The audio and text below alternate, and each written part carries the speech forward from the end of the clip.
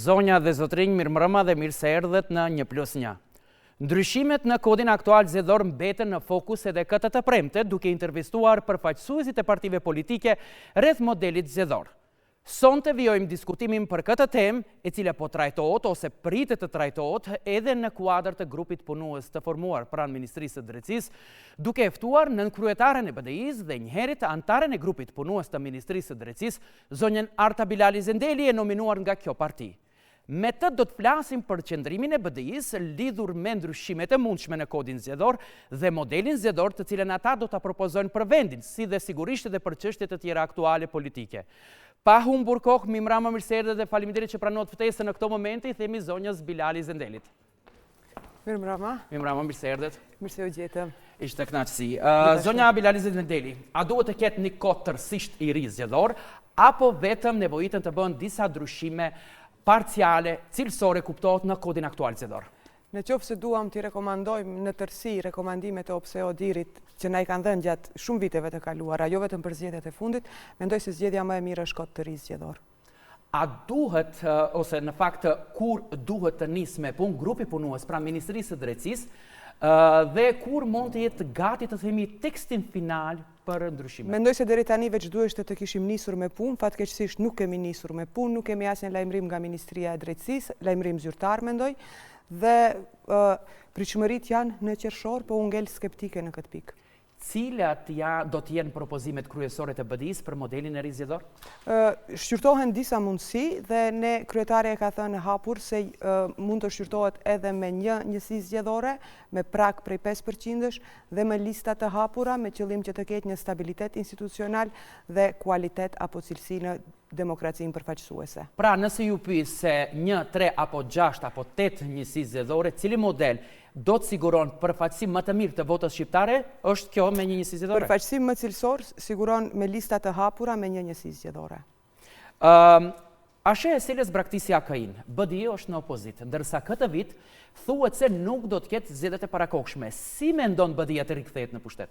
Me shqiptarët, me vota, me fitore dhe me legitimitet të plot nga populli shqiptar. Me zgjedhjet e parakohshme ose të rregullta, besoj? Pavarësisht, me rëndësi është që ta kemi mbështetjen e shqiptarëve. Cilën parti nga koalicioni vlen e pret opozita shqiptare për t'u bashkëngjitur? A nuk u bashkuan ende ata?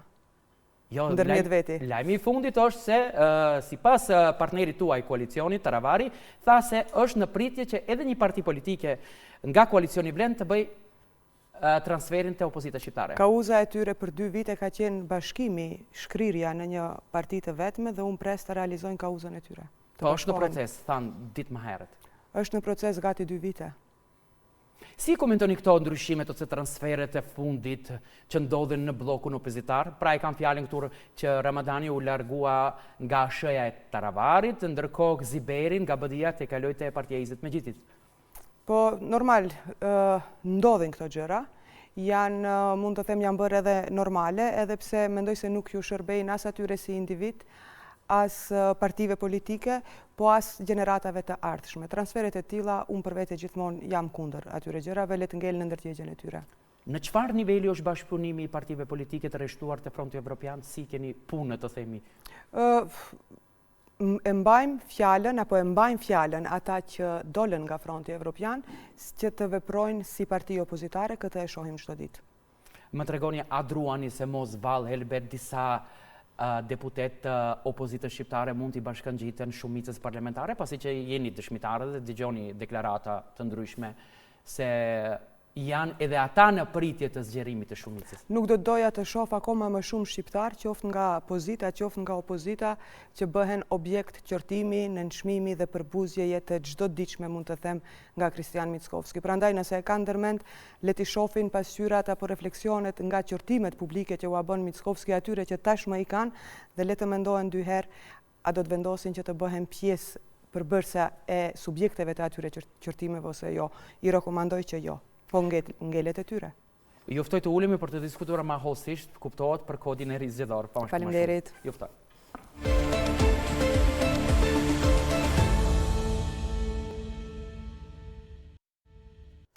Të nderuar shikues, jeni me pjesën e dytë të intervistës 1+1. Përballë meje është Arta Bilali Zendeli, kryetare e BDI-s, dhe njëherit antare, siç thash edhe pak më herët, antare e grupit punues pranë Ministrisë së Drejtësisë, e cila grup të themi se u formua pak me një vonesë prej 6 muajsh, nëse nuk jam gabim. Po, ndoshta edhe më shumë. Po tani më dihen emrat, ju e një prej opozitës ose prej BDI-s të nominuar për këtë çështje në përpilimin e draft versionit e parë, por pak më parë thatë se nuk ka informacione se kur do të mlidhet seanca e parë ose të themi, cila është arsye zonja Bilali Zendeli për këtë gjë? Mendoj se kjo çështje i takon kryekput ministrit Filkov dhe mund të jetë arsyeja se ajo është shumë duke u marrë me disa qortime publike, me disa teza, hipoteza që u hedh vazhdimisht partnerëve të koalicionit të Vlenit, është duke u marrë me ato dhe nuk po mirret me çështjet të cilat i ka kruciale në sektorin në të cilin ai është përgjegjës. Mendoni se ndodhit e fundit me deklaratat e Filkovit për sa i përket provimit të jurisprudencës kanë ndikuar në stërzjatën e të? Jo vetëm ndodhit e fundit, po mendoj se prej fillimi qasja e tij ka qenë e tillë, sa që në disa raste vërtet kam ndjerë keqardhje për mënyrën se si është qasur ai partnerëve të tij të koalicionit, partnerëve shqiptar të koalicionit, dhe çka nuk pritet, mund të jetë edhe kjo.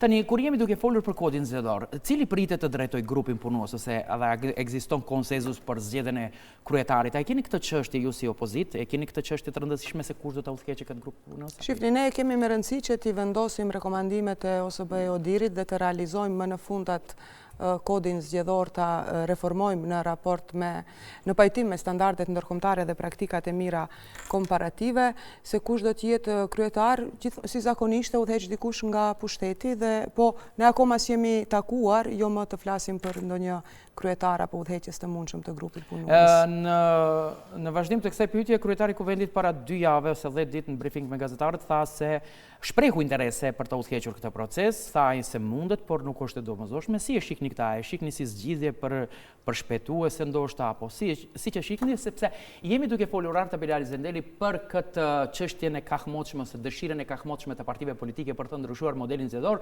të cilën deri më tani ka përfunduar me debate televizive dhe nuk është bërë e sakt, vërtet. Personalisht nuk kam asgjë kundër që kryetari i Kuvendit, zotëria Frimgashi, ta udhëheq punën e grupit punues, edhe në fundit, përderisa nuk u bë kryetari Vlenit, le të bëhet edhe këtu kryetari i grupit punues.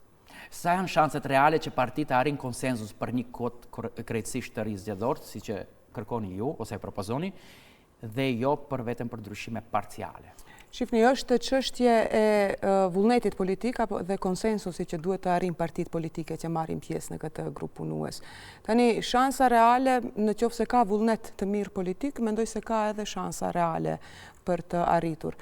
Megjithatë, në qoftë se pak kthehemi mbrapa dhe i kujtojmë ndryshimet të cilat u bën para këtyre zgjedhjeve të fundit lokale, që u bën në mënyrë të njëanshme, ku dakordsuan vetëm VMRO-DPMN-ja dhe Lidhja Social-Demokrate dhe patën edhe pëlqimin e koalicionit Vlen dhe bën disa ndryshime kozmetike 5 minuta në 12, thënë ashtu.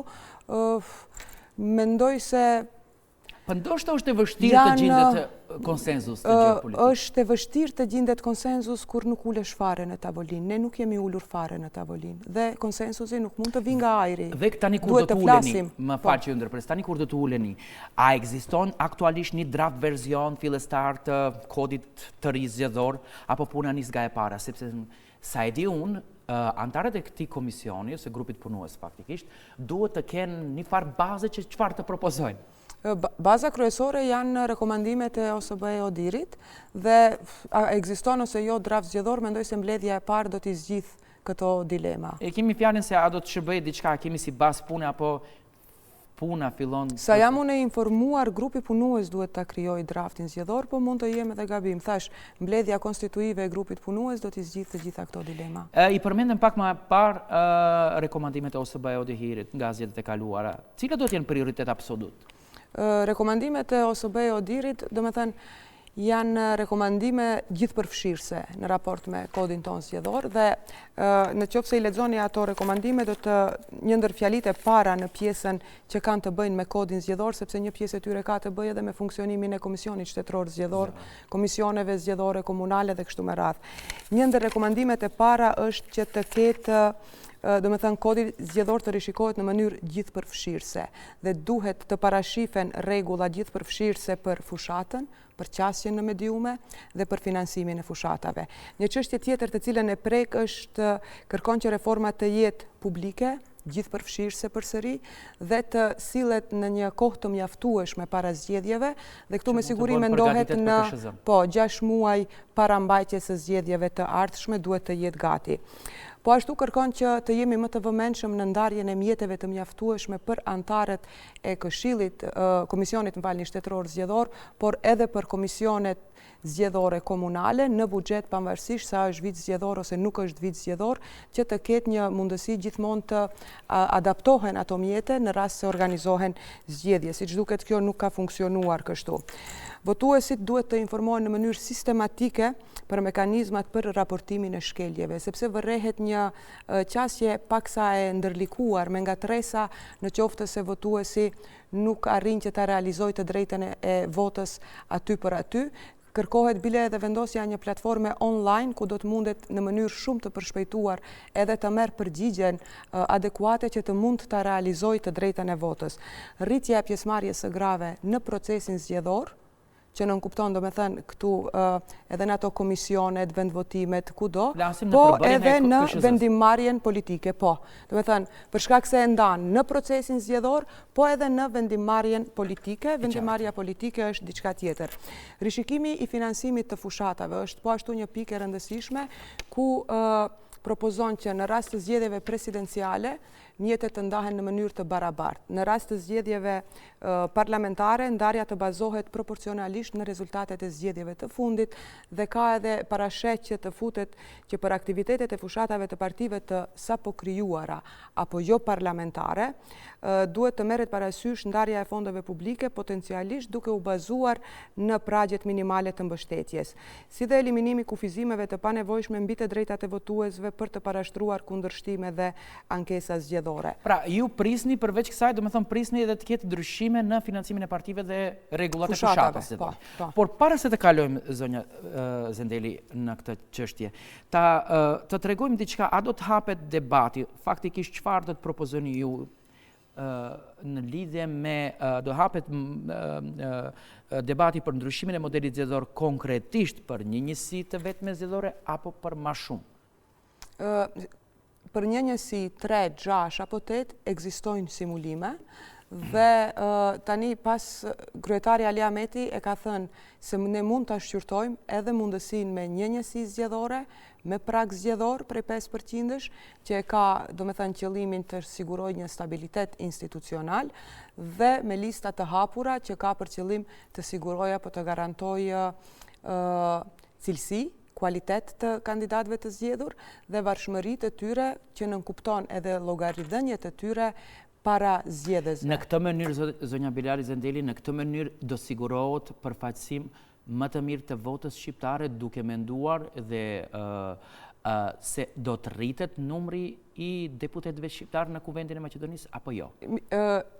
Në qoftë se i shohim zgjedhjet si janë zhvilluar dhe sa ka qenë numri i deputetëve shqiptarë, a do rritet numri i mandatëve me një njësi zgjedhore apo jo? Numri i shqiptarëve edhe me 6 njësi vazhdimisht është rritur. Do të thënë, sidomos pas atyre ndryshimeve para zgjedhjeve të vitit 2020, kur Dibra ju bashkua u fut në zonën e 5, vazhdimisht kemi një rritje. Edhe në zgjedhjet e fundit kemi rritje. Varet shumë edhe nga dalshmëria e njerëzve dhe po ashtu mendoj se edhe me një njësi, edhe me 6 njësi, numri paka shumë ngelet i njëjtë. Nuk ka ndonjë ndryshim drastik të themi. Vetëm se do të ketë më shumë kualitet dhe më shumë llogaridhënie. Do thotë te grupi punues BDI përfaqëson ose shkon me performanca, do themi listat e hapura dhe prag zgjedhor 5% me një njësi zgjedhore. Shifni, në qoftë se është tendenca që të jetë një njësi zgjedhore dhe arrihet konsenzus për të pasur një njësi zgjedhore,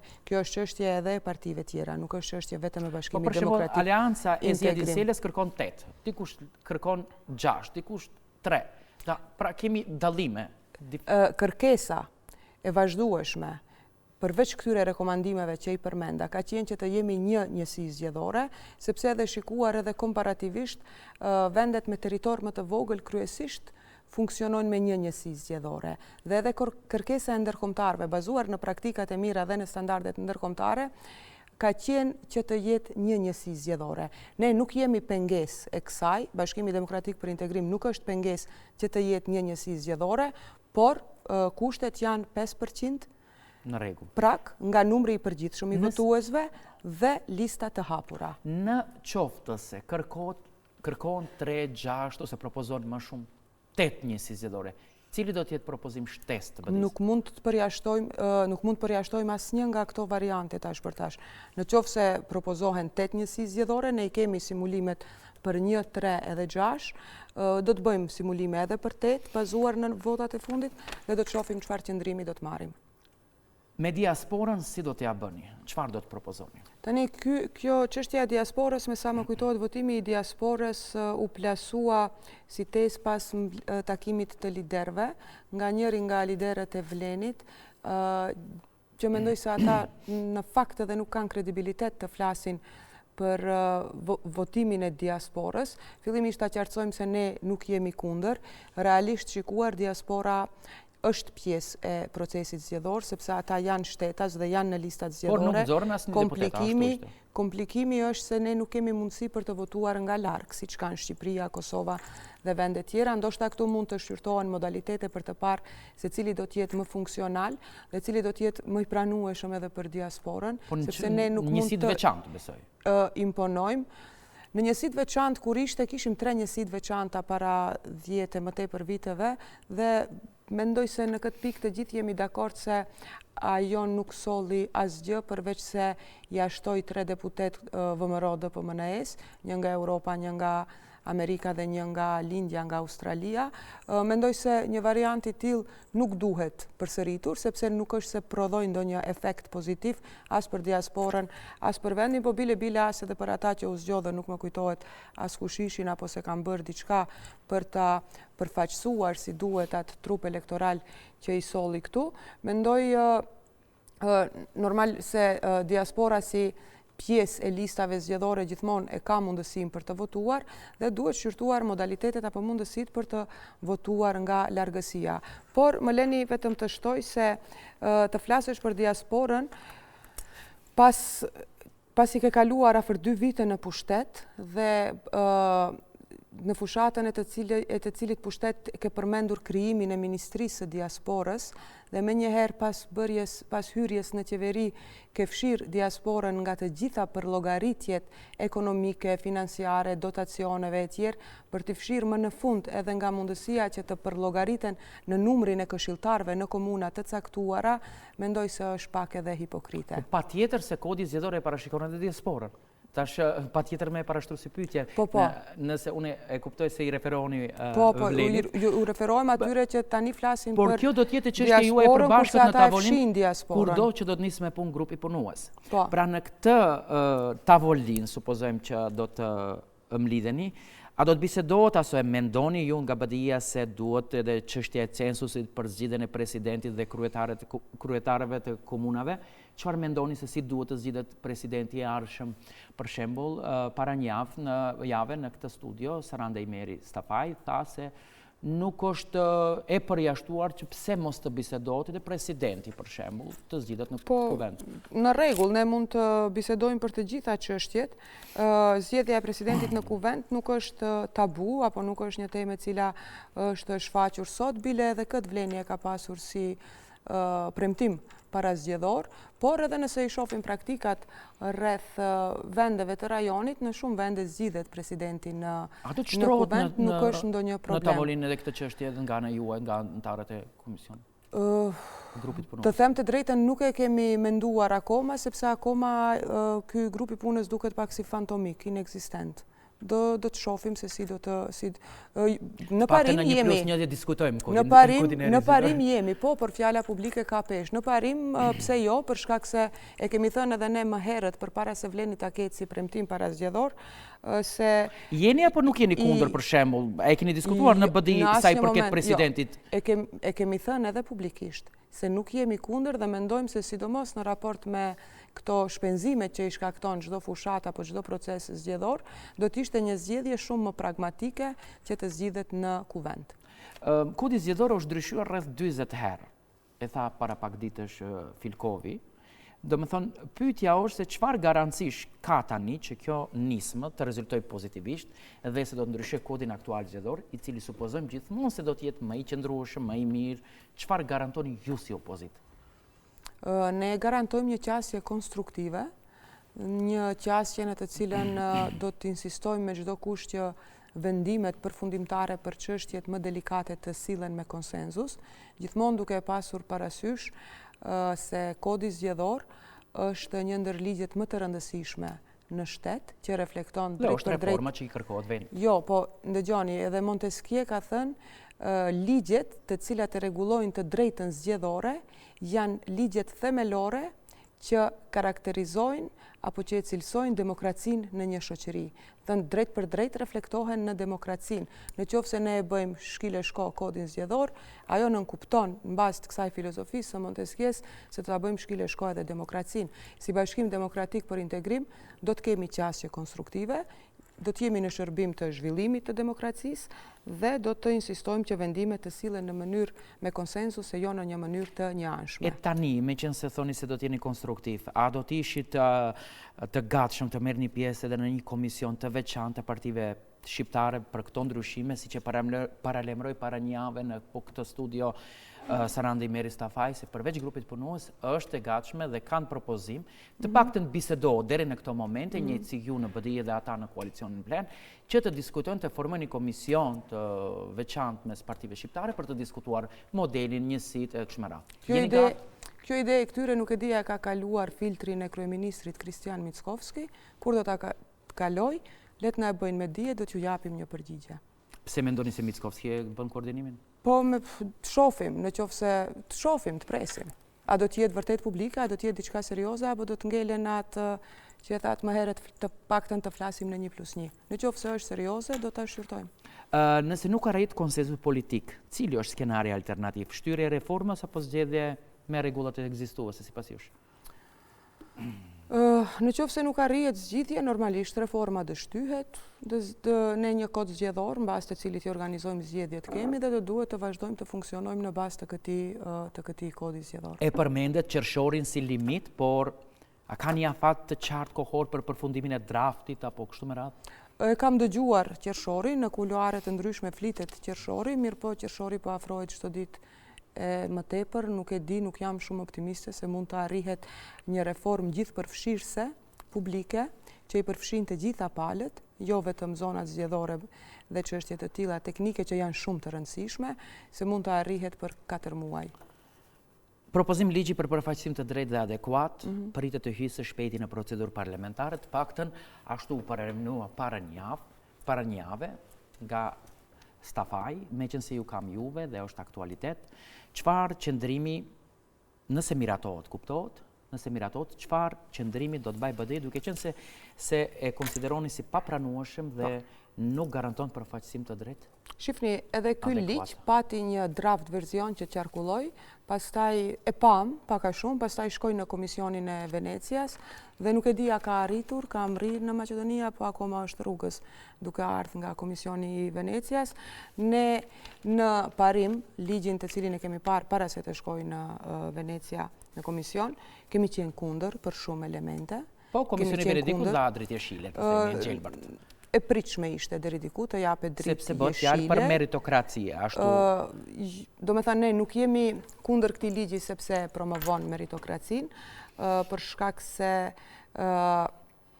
përfaqësimi i drejtë dhe adekuat ka vendosur shqiptarë në institucione të ndryshme, të cilët jo vetëm që kanë treguar se kanë merita dhe i meritojnë ato pozicione, po kanë treguar se mund të jenë edhe superior me punën, përkushtimin, seriozitetin e tyre, qoftë si mjek, qoftë si në punës publik, qoftë si në punës shtetëror, apo në qoftë si pjesë e mediumeve, dhe nuk është se ne nuk duam meritokraci, apo nuk ofrojmë cilësi, apo nuk e promovojmë idenë e cilësisë, por poenta është se përmes këtij ligji, për fat të keq, nuk parashifet asnjë dispozitë sanksionuese për ata që nuk do ta respektojnë. Dhe unë jam juriste edhe me profesion, bile ligjëroj lëndë të ndryshme në semestra të ndryshëm, Mund të them se nuk ka ligj që në fund nuk I ka dispozitat sankcionuese. Qofshin ato si kundërvajtëse. Ajo që do të ketë është një e ardhme të cilën ne nuk po e shohim. Le të vi ligji, le t'i fusin sanksionet, do t'i shohim. Përveç asaj, ligji nuk flet për kuota etnike askundi, flet për një meritokraci të cilën do t'a definojnë ashtu si që kanë definuar para vitit 2002. Ajo meritokraci në thojza na ka bërë neve që të jemi në institucionet shtetërore si shqiptar, po flas vetëm 2%. Të mos flasim për etnitetet tjera, turqit, romat e tjere. Po pse bëdhjet e kse ishte në pushtet nuk e bëri një propozim ligj me sanksione, me të gjitha, me grafa etnike e kështu me radhë? Shifni, parimi I përfaqësimit të drejtë dhe përfaqësimit të drejtë dhe adekuat është parim kushtetues. Buron nga marrëveshja e Ohrit. Asnjë ligj nuk është më I fortë se parimi kushtetues, se kushtetuta në hierarkinë e akteve juridike, aq më tepër nga një marrëveshje siç është marrëveshja e Ohrit. Në një moment të caktuar u detektuan keqpërdorime se shqiptarët deklarohen si Maqedonasit si turqit andej, do me thënë, dhe u detektuan disa lëshime të cilat duheshte të ndalohen. Dhe ne në këtë pikë jemi dakord. Mirë po, në qoftë se janë detektuar lëshime, shteti serios që dëshiron t'i eliminoj lëshime dhe të vazhdoj punën, duhet t'i sankcionoj ata që I kanë bërë ato lëshime. Po, e keni kuptuar edhe ju ma herë, deri se ishë në pushtet, edhe ta eliminoj balansuesin. Mekanizmi balansuesit nuk ishte, nuk I ka dhënë rezultatet. Mekanizmi I balansuesit ka dhënë një rezultat I cili I dhem shumë palës, sidomos VMRO DPMNE-s, dhe këta të vlenit vetëm bëjnë amin në atë, nga 2% ka arritur që përfaqësimi I drejtë dhe adekuat, nga 2% ka arritur që numrin e shqiptarëve në institucione ta sjellë 22%. Dhe këtu ka efekt edhe balansuesi. Balansuesi ndoshta duheshte të updatetohet, të sofistikohet, të vëzhgohet pak me një sy kritik pas këtyre keqpërdorimeve, por asesi të na bien në situatë që të gjitha konkurset të realizohen pa asnjë kriterium etnik dhe të shohim çdo ditë konkurse që rezultojnë 5-10-0. Jo rastësisht ju pyes, çfarë do të bëni ju si opozitë nëse miratojnë? Ai ligj sillet me badenter dhe ne do ta bllokojmë përmes mekanizmit të badenterit. Mendoni se nuk do të siguron badenter? Mendoj se për këtë ligj jo. Në kushte kur sipas kryeministrit që e përmendet edhe ju Mickovski, këtë vit thuhet se nuk do të ketë zgjedhjet e parakohshme, cili është hapi I radhës për BDI-n? Çfarë do të bëjë BDI në këtë periudhë? Ne jemi një opozit, jemi edhe umësuam pak edhe me këtë rolin e opozitës, do të vazhdojmë të kritikojmë, jo shumë, do të vazhdojmë të kritikojmë, për fat të mirë kemi edhe punë brenda partijake tani pas kongresit ku bëm një reformë të thellësishme, 80% në Këshillin e Përgjithshëm, rreth 70% në Po si ka mundësi zonja Kryesin e Bilali Këshillit të Zendeli, Përgjithshëm? gjithë këtë ndryshime 80% të BDI-s dhe përsëri shohim se po te kalon ish funksionar nga BDI-a te Partia 20 me gjithë. Çfarë nuk është mirë për këta njerëz që largohen nga BDI? Ndoshta këto ndryshime 80% nuk I kanë pritur mirë. Ne ishim të vendosur për të bërë reformë dhe reforma nuk bëhet me reciklim, po bëhet duke vendosur njerëz të ri që nuk kanë qenë kurrë në ato opozita. Atë e bëjmë dhe I qëndrojmë prapa fuqishëm kësaj. A e mbështetni idenë e të ravarit për federat apo konfederat jo territoriale, sepse keni partner të koalicionit para pak ditësh e tha edhe të ravari këtë?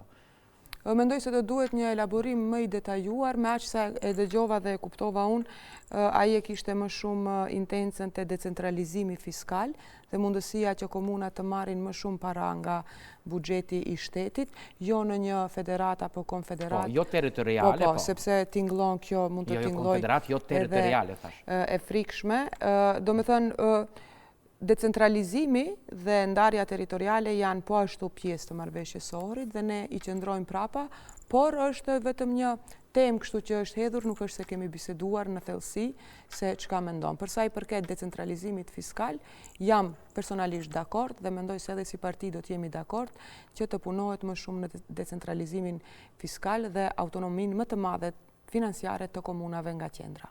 Më tregoni se në fillim nuk më treguat faktikisht, a ka një parti konkrete, shumë sinqerisht ju pyes nga koalicioni Vlen, që opozita shqiptare pret për t'i bashkangjitur, apo janë thjesht deklarata politike në bazë ditore? Jo, shumë sinqerisht të përgjigja, ata 2 vite e kanë zhvilluar kauzën BDI dhe Bashkimi Vlenit. BDI është gjallë, BDI është më e fortë se kur, BDI është më e rinuar se kur, këtë kauzë do me thënë e kanë më veç të absorbuar, le ta dinë publikisht, ju lutem le të miren me kauzën e bashkimit të vetë. Dhe unë prandaj u pyeta, a nuk u bashkuan akoma ata? Është në proces e sipër. Okej, uroj të bashkohen, edhe unë gjithmonë sipas asaj që ndëgjoj nga ju, dhe nga kauza. Pse jeni pesimist se nuk do të bashkohen? Ata ndërmjet veti? Jo, unë nuk jam skeptik, unë uroj të realizojnë të paktën këtë kauzë, se kauzë tjetër nuk kanë realizuar. Zonja Bilali Zindeli, unë e ka që pyetje pata për këtë intervistë. Nëse keni diçka për të shtuar e që mendoni se ndoshta nuk ju kam pyetur, qoftë për kodin zgjedhor apo çështje aktuale, urdhëroni minutat në vazhdim janë për ju. Jo, dëgjoni, unë e kam një shprehi kur shkoj te gazetarët, i dëgjoj shumë ata që ka flasin dhe jam shumë e koncentruar të përgjigjem drejt për drejt në atë që ata e pyesin. Do me thënë, unë do të kisha dash të keni ju pyetje që të përgjigjem unë. Faleminderit, kjo ishte intervista më së shumti e kushtuar kodit zgjedhor, pasi që është thashë dhe pak më herët se ja është dëshire kahmotshme të partive politike për të ndryshuar, po që në të kaluarën ka përfunduar me debate televizive, por ne jemi këtu, këtë detyrë e kemi. Patjetër. Faleminderit që morët pjesë në 1+1. Ishte kënaqësi. Faleminderit. Të nderuar shikues, kjo ishte gjithçka që ju përgatita për sonte. Faleminderit që na ndoqët. Bashkë mirupafshim javën e ardhshme. Vazhdoni të qëndroni me programin tonë.